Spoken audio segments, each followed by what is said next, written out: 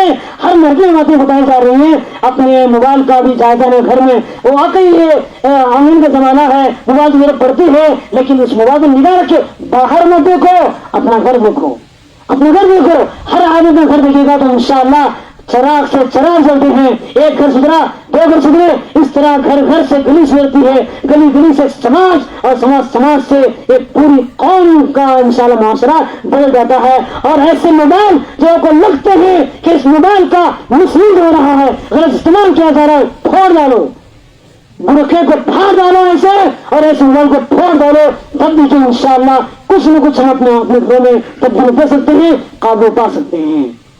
ایک آخری نوٹوں کے بعد ختم کر رہا ہوں بھائیو, یہ تعلیم کا زمانہ ہے بھائیو, تعلیم کا زمانہ ہے. یہاں دو مصیبتیں ہیں, میری بات نظر سنو. ہمارے سماج کی دو مصیبتیں ہیں.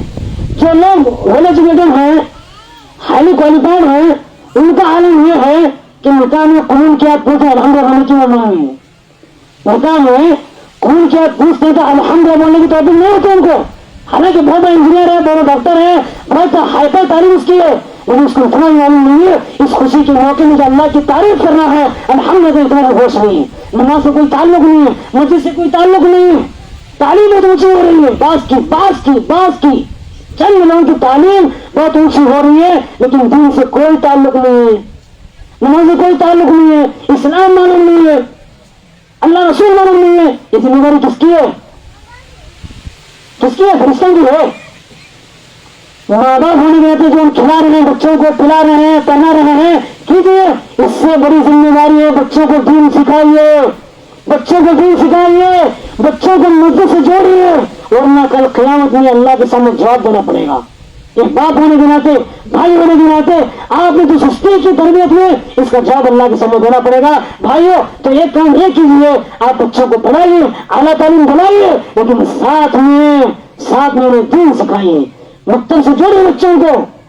یہ دیکھیے کہ میرا بچہ بڑھ رہا ہے, بڑا ہو رہا ہے, قرآن آ رہا ہے پڑھنے, اس کو قرآن آ رہا ہے پڑھنے, نہیں آ رہا ہے تو مسجد سے جوڑیے, انشاءاللہ مکاتب بچے قرآن کو سیکھیں گے. اور دوسری بات ایک طرف تو یہ عالم ہے, دوسری طرف امت کا بڑا طبقہ مسلمانوں کے میجورٹی کا عالم یہ ہے 10 کی بہت بڑی پڑی ہے, خلاص 10 کے بعد تعلیم ترک کر دیتے ہیں اور چھوٹے موٹے کام میں لگ جاتے ہیں. بھائیو یہ تعلیم کا زمانہ ہے, بھائیو یہ ایجوکیشن کا زمانہ ہے.